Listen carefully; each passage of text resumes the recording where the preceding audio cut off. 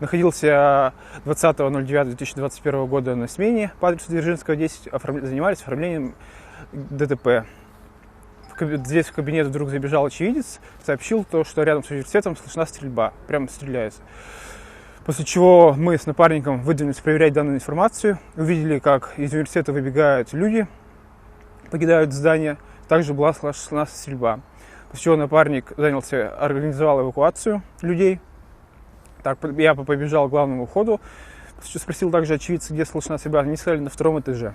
Забежав в здание на первый этаж, увидел, как вооруженный молодой человек спускается по лестницам, окрикнув я ему «бросай», после чего молодой человек направил оружие на меня и произвел выстрел, после чего я применил огнестрельное оружие. Молодой человек упал, подбежав к нему, я зафиксировал его движение, убрав ружье, патроны и нож в сторону, и после чего начал оказывать ему первую медицинскую помощь.